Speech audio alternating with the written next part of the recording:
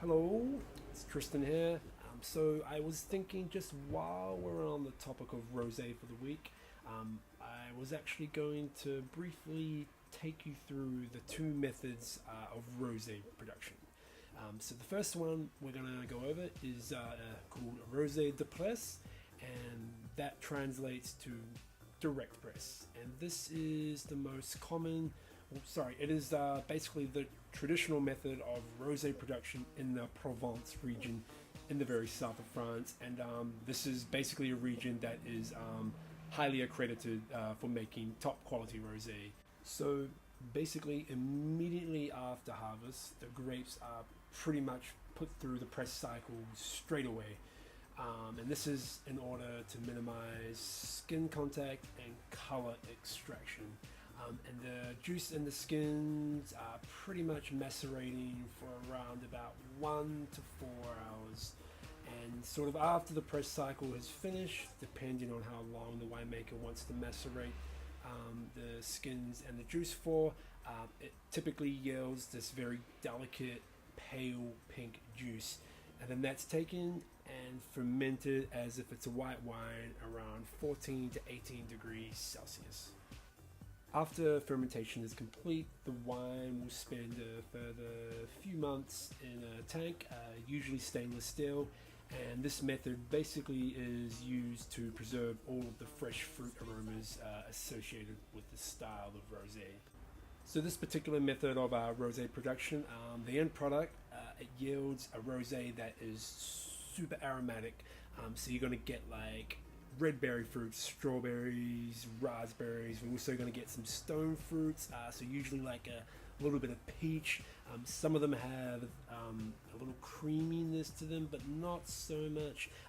You also might get some pear and a little hints of earthiness, but these wines, they're just super overpronounced aromatics, and they don't really give a whole lot on the palate, which is what is so great about them, and which is why people like them, because they're very light and they're very easy to drink, and not to mention they also have a super fresh zingy acidity. So yeah, super light, easy drinking wines. Rosé de presse, or otherwise known as direct press method. Okay, so the next method of rosé production is called rosé de saignée, which literally translates to bleed. So basically, how this method works is the grapes are crushed, as in the making of a red wine, and then the skins and the juice are left to macerate for anywhere between 8 and 24 hours at a temperature that's in between 16 to 20 degrees. After the maceration period, however long that may be, so as I mentioned previously, it can be anywhere between 8 and 24 hours. So now the winemaker will ever so slightly press the grapes, and out will come some very pretty looking pink juice. And then they will take that away and ferment it as if it was a white wine into rosé.